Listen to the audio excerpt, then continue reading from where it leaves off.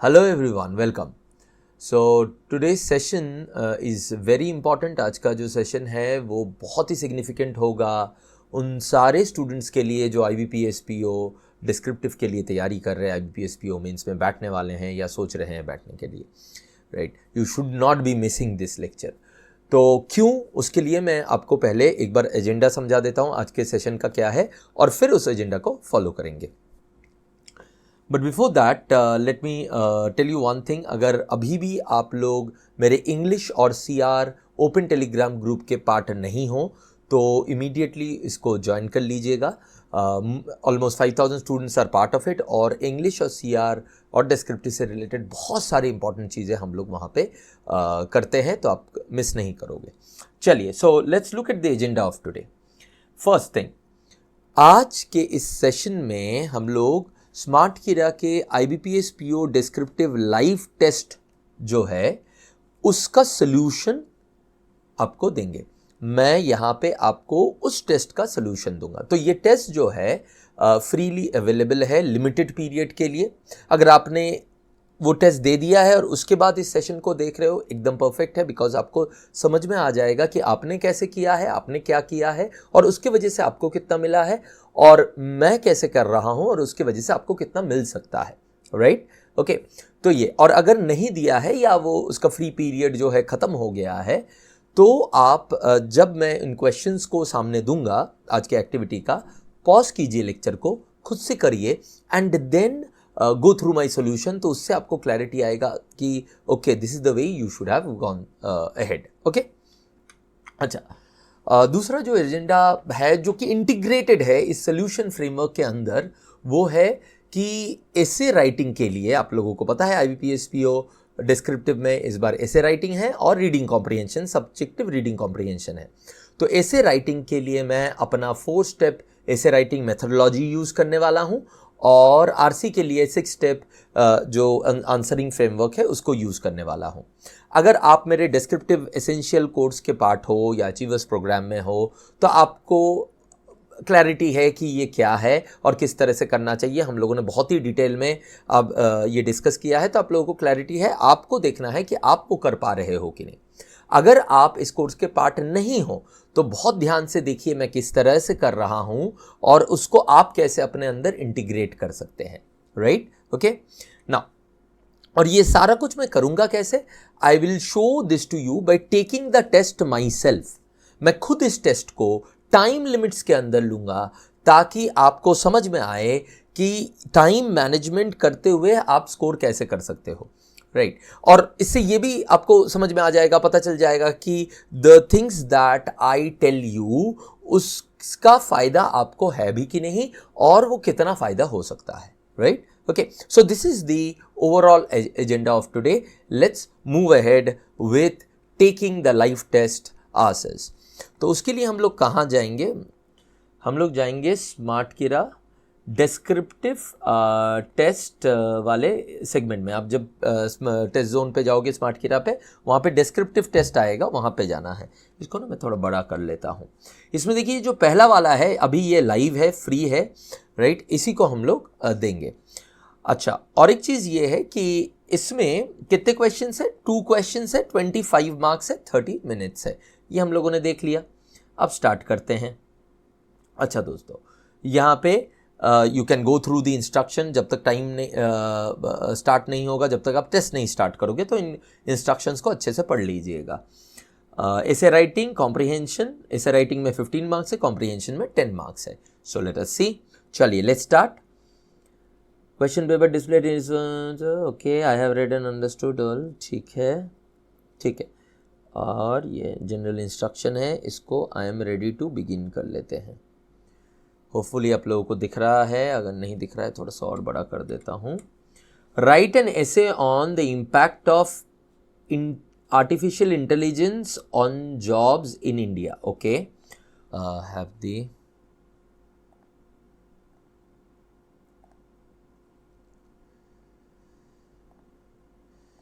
Okay, मैं ना pen. हाँ, तो फर्स्ट स्टेप क्या है दोस्तों? थोड़ा सा सेट कर लिया। वैसे टाइमर तो ऑन है, सेट करने का टाइम भी इसी में से जाएगा।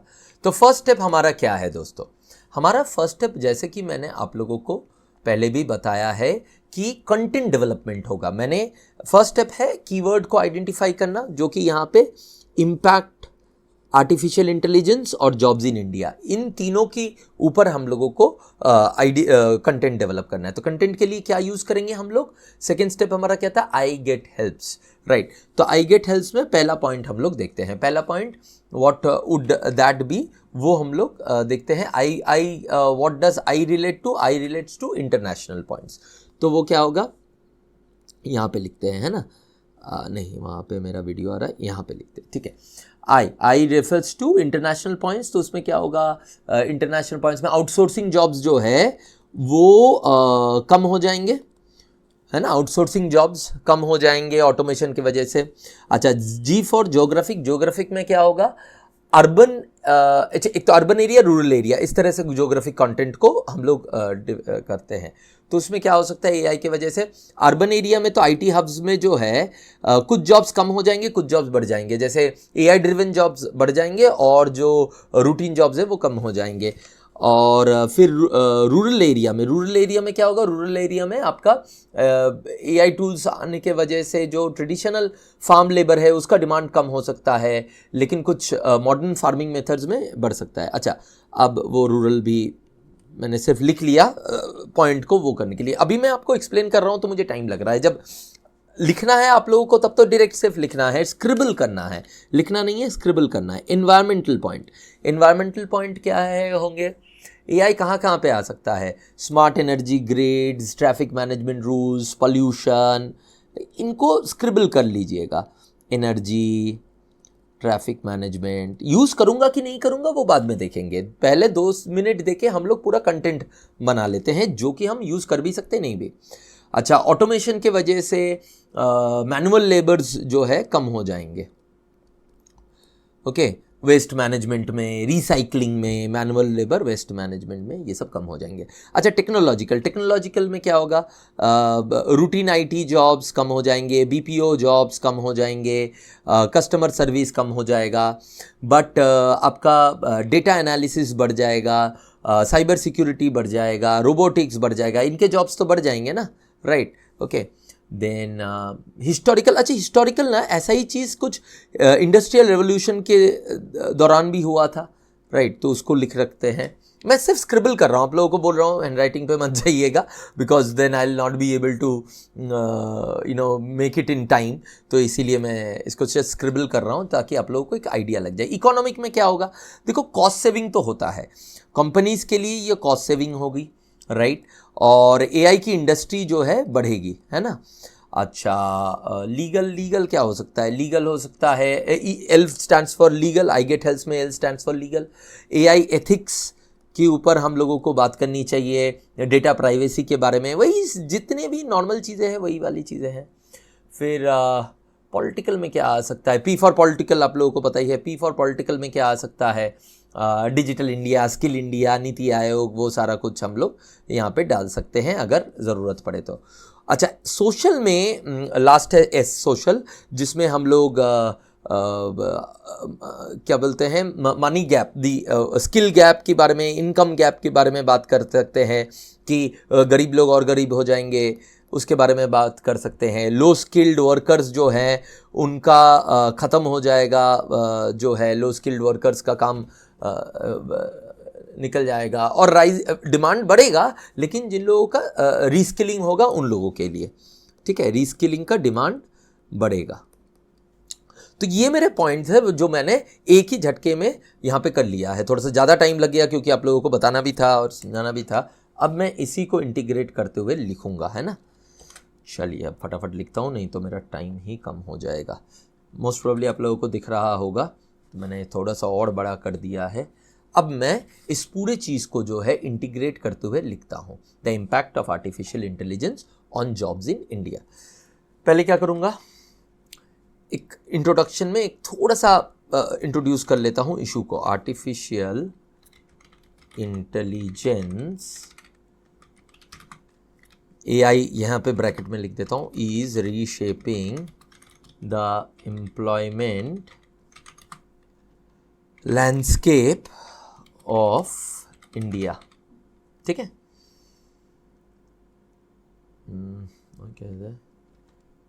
It is creating both challenges and opportunities. बहुत ही सिंपल सेंटेंसेस हमारा अभी स्टेप 3 और 4 में है।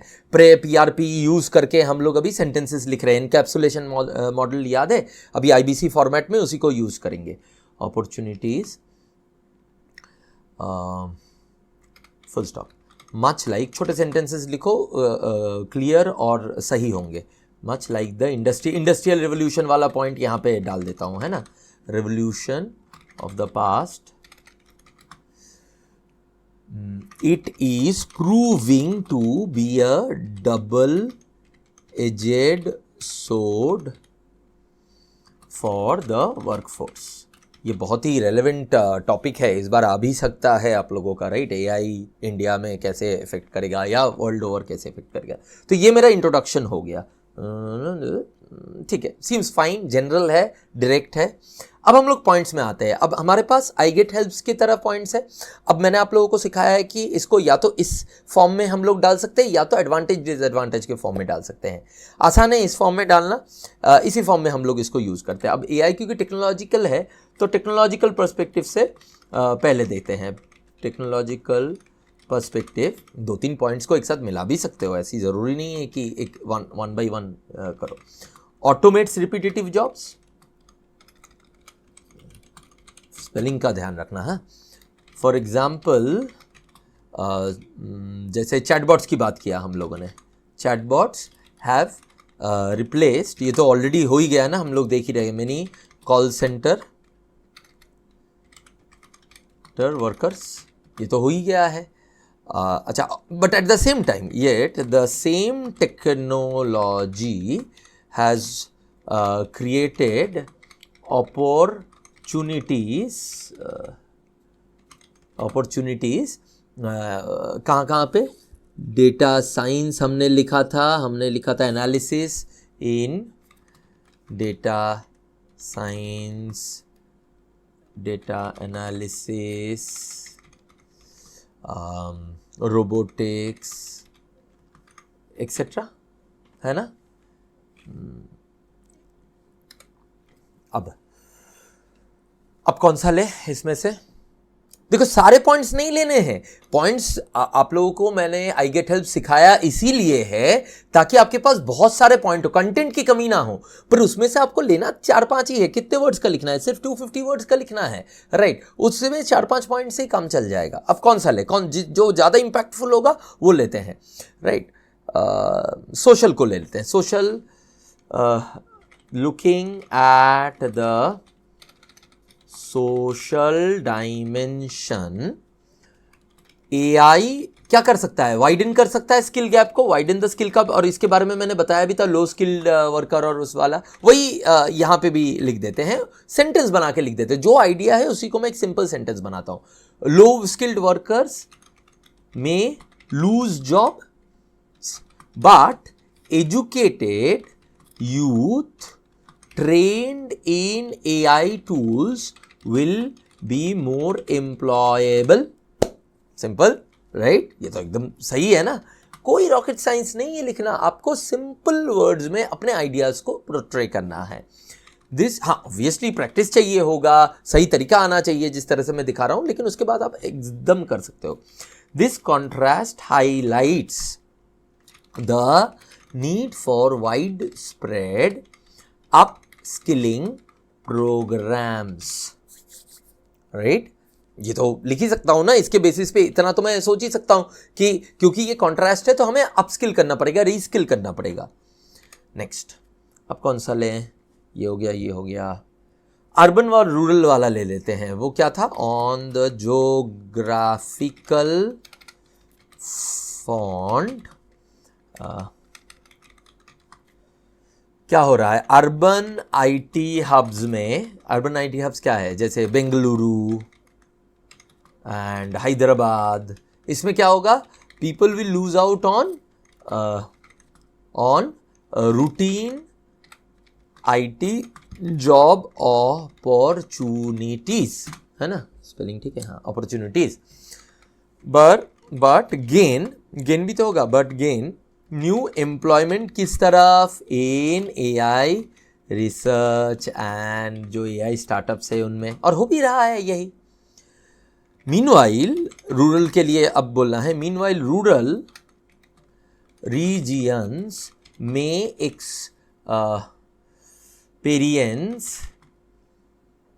ट्रेडिशनल फार्म आउटपुट में हमें लगता है कि वो हो सकता है एक्सपीरियंस, क्या बोलूँ मैं फिर, reduced demand for traditional farm labour, but experience emerging opportunities कहाँ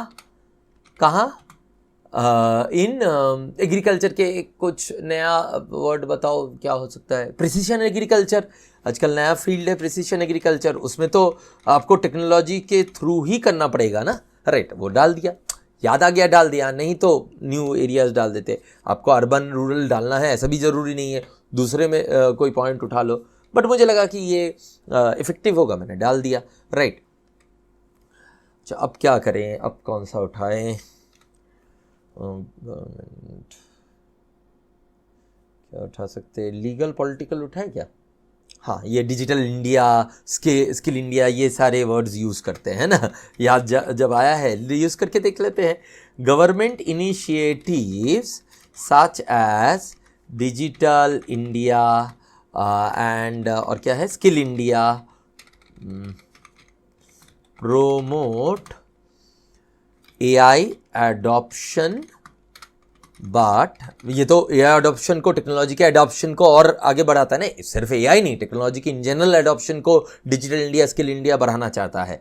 but at the same time हमारे पास प्रॉब्लम क्या है, वीक लेबर लॉस एंड और क्या है, एंड अनक्लियर या रेगुलेशनल हर्डल्स, है ना, रेगुलेशनल हर्डल्स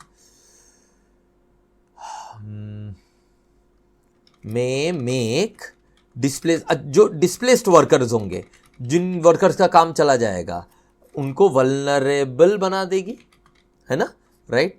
तो हमें क्या चाहिए, stronger, therefore stronger legal safeguards are necessary for smoother transition, right, okay, ठीक है। ये हो गया, एक सिंपल सा एक लाइन और ऐड कर दिया ताकि वो प्रेप वाला, जो यहाँ पे बेसिकली प्रेप नहीं, ईआरपी वाला मॉडल एग्जांपल पहले मैंने दिया कि क्या हो सकता है डिजिटल इंडिया, स्किल इंडिया में, उसका गड़बड़ क्या हो सकता है, ये रीजन का पार्ट हो गया। And then I am ending with a point like कि भाई आपको करना क्या है, स्ट्रॉन्ग लीगल सेफगार्ड्स बनाने हैं, ठीक है। सो गया, कितने वर्ड्स बचे हैं, 69 वर्ड्स बचे हैं मेरे, है ना, ठीक है, बहुत ही लिख लिया। आप कंक्लूजन करते हैं, ठीक, अब कंक्लूजन करते हैं। इकोनॉमिकली एआई ऑफर्स एफिशिएंसी, जो हम लोगों ने बात किया, कॉस्ट सेविंग एंड ये सब तो एफिशिएंसी है ना, growth, but at the same time it also threatens to deepen, क्या प्रॉब्लम है, इनइक्वालिटीज को डिपेंड करती है, अच्छा कब इनइक्वालिटीज बढ़ेंगे, अगर if we do not reskill, if reskilling is neglected, right, उसको इस सेंटेंस के फॉर्मेट में मारेगा, if you do not reskill, वो तो गलत हो जाएगा इसमें ग्रामेटिकली, इसीलिए रीस्किलिंग इज नेग्लेक्टेड, इस तरह से लिख दिया मैंने। अच्छा अब इसको कंक्लूसिव पिच करते हैं। Relevant question of the time is not whether AI will impact jobs or not, but how the nation prepares its workforce, right? यही है ना, relevant क्या है क्वेश्चन, ये कि AI करेगा वो तो है ही है, बट नेशन, हम लोग इंडिया कैसे इसको हैंडल करेंगे और कैसे हैंडल करना चाहिए, विथ प्रोएक्टिव, एक सोल्यूशन ओरिएंटेड लाइन देके एंड करते हैं इसको। क्या करना है हमें, ट्रेनिंग करना। रीस्किलिंग मतलब क्या है, ट्रेनिंग और कुछ सपोर्टिव पॉलिसीज, क्योंकि पॉलिसीज की बात किया है, proactive training and supportive policies, AI can become a driver of inclusive prosperity. क्योंकि इंक्लूसिव मैंने क्यों यूज़ किया, क्योंकि वो इनकम गैप और इसके बारे में हमने बात किया है, तो उसी का यहाँ पे दिया फॉर इंडिया। बस सही लग रहा है देखने में। अब हटा देते हैं इसको। अच्छा, हटाने से पहले देखो बहुत सारे पॉइंट्स इसमें जो हमारे दिमाग में आए थे लेकिन उसको इंक्लूड ही नहीं किया। 5 पॉइंट 6 पॉइंट में ही हमारा पूरा काम हो गया। ठीक है, और 12 वर्ड्स भी बचे हैं। Very good. टाइम कितना बचा है? 13 मिनट। अरे कम टाइम बचा है। बातों बातों में अगर आई कंप्लीट तो करना पड़ेगा ना। चलो अब आ जाते हैं इस पे, क्वेश्चंस देख लेते हैं। स्टेप 6, वही 6 स्टेप्स। पहले क्वेश्चंस पढ़ लूंगा। What are the major advantages of using PIECE. PIECE important है। आईरिस का ट्रेडिशनल साइटेशन बेस्ड इवैल्यूएशन पे क्या ओपिनियन है और उससे क्या चेंज है पब्लिक हेल्थ रिसर्च पे। ठीक है, राइट। अब हम लोग इसको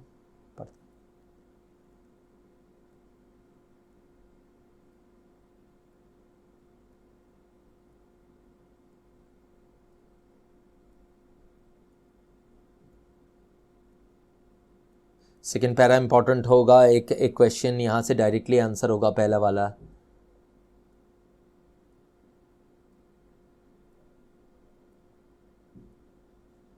थर्ड क्वेश्चन थर्ड पैरा से तो होगा ही, और फोर्थ पैरा से भी। देखो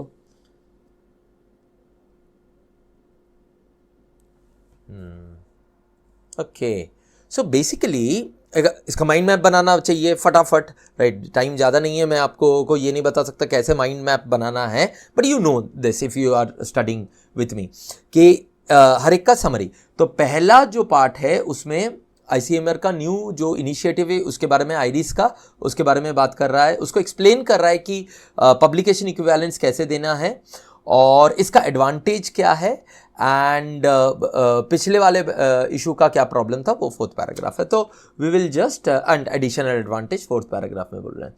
तो पहले क्वेश्चन का आंसर करेंगे हम लोग। अच्छा, यूनिट क्या था? One publication equivalent. ठीक है, लिखते हैं इसको, पहले वाले को, फिर वापस जाएंगे पहले वाले का। अच्छा, इसमें एक चीज़ आप लोगों को ध्यान रखनी पड़ेगी कि आप वापस जा सकते हो और उसी पार्ट से आप लोग जो है आंसर कर सकते हो। ठीक है, राइट। इसका हमारा वर्ड लिमिट कितना है एक बार देख ले, 150 वर्ड्स। ठीक है, तो 50 वर्ड्स के ऑन एन एवरेज। ठीक है, लेट्स सी। अच्छा, ICMR ने क्या प्रपोज किया? हैज़ प्रपोज्ड क्या? Publication equivalent. अभी हमने पढ़ा पब्लिकेशन इक्विवेलेंस। पीस डाल देता हूं, अगर रेफर करना है पीस से ही करूंगा। As the unit of measurement. ठीक है, it will allow every type of research. यही तो आइडिया है ना कि सारे टाइप ऑफ रिसर्च आउटपुट को एक क्लियर वैल्यू देना पड़ेगा, अलग अलग एरिया से रिसर्च आउटपुट को, वही लिखेंगे। It will allow every type of research output to be given a clear value। Example दे देते हैं, 1 मिनट देख लेता हूं क्या था।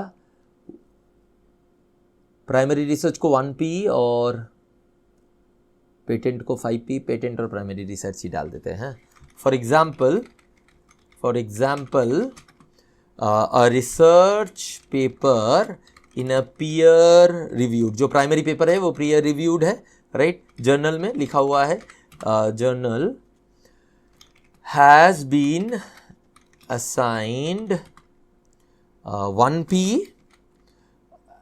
पेटेंट 5 पीस, पेटेंट को 5 पीस मिला था, एंड सो ऑन। बाकी सारे नहीं लिख रहा हूँ, उतना जगह भी नहीं है। देखो ना, 100 मतलब उतना वर्ड्स भी नहीं है, 103 तक आ गए हम लोग, मतलब ऑलमोस्ट 50 वर्ड्स हो गए हैं। ठीक है, तो अब हम लोग आंसर 2 पे जाएंगे। दिस इज मोर और less done, we have already done this. ICMR has propose publication equivalent, it will allow every type of. ठीक है, एकदम एंड में एक बार रिवाइज कर लेंगे इसको। आया क्या? अरे यार ये क्यों नहीं आ रहा है? हाँ, ये आंसर 2। अच्छा, आंसर 2 में क्या, what are the major advantages of PIECE? तो देखो, एक एडवांटेज है कि कॉमन फ्रेम ऑफ कंपैरिजन हो जाएगा, एडवांटेजेस बोला है। अब इसी को मैं एक्सप्लेन कर दूंगा कि इस एडवांटेज के कैसे कैसे बढ़िया वो होंगे कि रिसर्च अलग अलग फील्ड्स में जो अलग अलग आउटपुट्स होते हैं उनको एक ही पैरामीटर के अंदर हम लोग मेजर कर पाएंगे, और डाइवर्सिटी कैप्चर होगा, डिफरेंट काइंड्स ऑफ रिसर्च को हम लोग वैल्यू कर पाएंगे। यही सब लिखना है ना। तो यही तो है हमारा जो मेंटल मैप हुआ था, उसमें हम लोगों ने ये नोट करके ही रखा था जब पढ़ा। Main advantage of PEs is that they provide a common frame of comparison। एक बार फिर भी चेक कर लूँ क्या क्या था इसमें। हेट्रोजेनस वर्क, देखो थर्ड पैराग्राफ में स्टैंडर्डाइज फ्रेम ऑफ रेफरेंस, ठीक है, यही सारे थे। दिस मैटर्स, क्यों ये मैटर क्यों करता है फ्रेम ऑफ कंपैरिजन कॉमन होना? Because research in different fields produces, क्या प्रोड्यूस करता है? Different output. तो उनको हम लोग कैसे, produces different types of outputs which are otherwise hard to compare, hard नहीं, difficult to compare होना चाहिए ना, difficult to compare। अगर एक common reference point नहीं होगा तो a common frame of comparison also ensures diversity को कैप्चर किया हमने, है ना, and different kinds of research are right. Okay, यही है सिंपल जेनरिक सा आंसर। देखो 52 ही वर्ड बचे हैं, एक आंसर पूरा लिखना है, but this is almost done. I think मैंने इसको कंक्लूसिव भी कर दिया। देखो, जैसे आप लोगों को मैंने आंसर लिखने बोला है कि पहले आप डेटा को देके, उसके बाद उसके रीजन को देके, फिर कंक्लूसिव एक आउटपुट देना, वो प्रेप वाले मॉडल से मोटिवेट होके एंड जो हमारा किस फ्रेमवर्क है उससे मोटिवेट होके ही हम लोग इंस्पायर्ड होके हम लोगों ने आंसर फ्रेमिंग बनाया है। अब answer 3, how does IRIS attempt to address the limitation of traditional citation based evaluation and why is this shift significant for public health research in India? ये लास्ट वाले उसमें है, ये दो ना, medical and health researchers, particularly those in academia, typically lack incentives to pursue research that would lead to citable academic।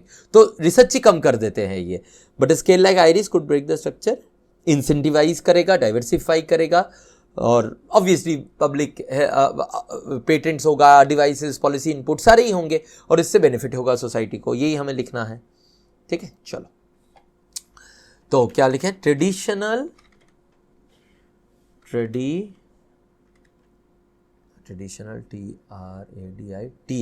ठीक है। कभी कभी ना स्पेलिंग एकदम से वो आ जाता है कि यार, traditional evaluation depends only on citations। अब इसका डिसएडवांटेज क्या है? which misses real world impact। बहुत ही सिंपल वर्ड यूज करो, रियल वर्ल्ड इम्पैक्ट ही कम है भाई उसका। आइरिस चेंजेस दिस कैसे? बाय रिवॉर्डिंग क्या? Diverse outputs. ये इसके बारे में हम लोगों ने पहले भी बात किया है। और डाइवर्स आउटपुट किस फॉर्म में? पेटेंट्स, देन डिवाइसेस के 20 पॉइंट थे, याद है? डिवाइसेस के वो पॉइंट्स नहीं बोलूंगा, बट डिवाइसेस हम लोगों ने बात की थी, we had talked about devices. And then policy inputs, उसके शायद 10 पॉइंट्स थे, एक्सेट्रा, राइट। इन सबको मैंने यहाँ पे डाल दिया। This will encourage researchers to do what? Focus on outcomes that directly benefit। अच्छा, किसको बेनिफिट करना है यहाँ पे? पब्लिक हेल्थ रिसर्च की बात कर रहे हैं, तो obviously society at large and public health system in India, of India, of India. ठीक है, बस हो गया। राइट, एक बार रिवाइज कर लेते हैं, 3 मिनट अभी भी है। देखिए, with even explaining you step by step क्या किया मैंने, 6 स्टेप ऑफ आरसी जो फ्रेमवर्क है वो कैसे लगाया, राइट, और वहाँ पे 4 स्टेप ऑफ ऐसे राइटिंग किस तरह से हम लोगों ने उसको इम्प्लीमेंट किया। उसके बाद भी there is 3 minutes left. Obviously my typing speed is more less okay, if not amazing but okay, right. तो इसलिए शायद थोड़ा सा एडवांटेज मुझे मिल जाता है, लेकिन ये सारे काम तो आपको नहीं करने हैं ना दोस्तों। आपको ना एक्सप्लेन करना है, आपको ना सोचना है कि whether you are understanding, whether someone in front of you is understanding आप क्या बोल रहे हो, क्योंकि आपको बोलना ही नहीं है, आपको सिर्फ करना है। तो this is very easily doable within 30 minutes. अगर इस तरह की चीजें आ गए हमारे पास, 400 words, very easily doable. Okay, right. तो so if I can do it with explaining, you can do it आराम से। एक बार फटाफट चेक कर लेते हैं ना, 2 ही मिनट बचे हैं, कोई स्पेलिंग वेलिंग मिस्टेक ना हो जाए। कंटेंट में चेंज अभी नहीं कर पाऊंगा, बट स्पेलिंग मिस्टेक हम लोग अभी चेंज, दिख तो नहीं रहा है कोई स्पेलिंग मिस्टेक। एक बार इसे राइटिंग को भी देख लें।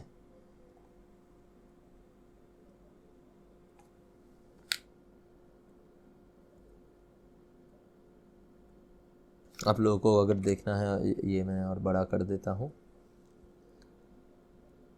वैसे एंड में भी ये आंसर आएंगे।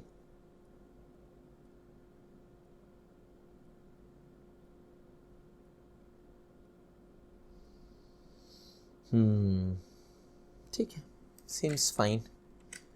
चलिए, we can now submit the paper. Submit करें, चलो सबमिट करते हैं। जो देखना था देख, या अगर कुछ मिस हो गया तो देखेंगे फिर। Okay, it is generating analysis. तब तक हम लोग अपनी बात ख़त्म कर लेते हैं। सो स्कोर भी आ जाएगा तब तक, और हमें दिख भी जाएगा।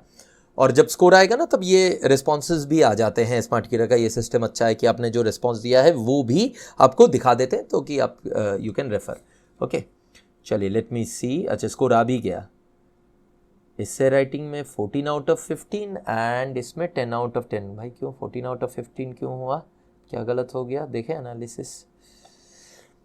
IRS 24 out of 25 is my score, which is not bad, but 25 आना चाहिए था।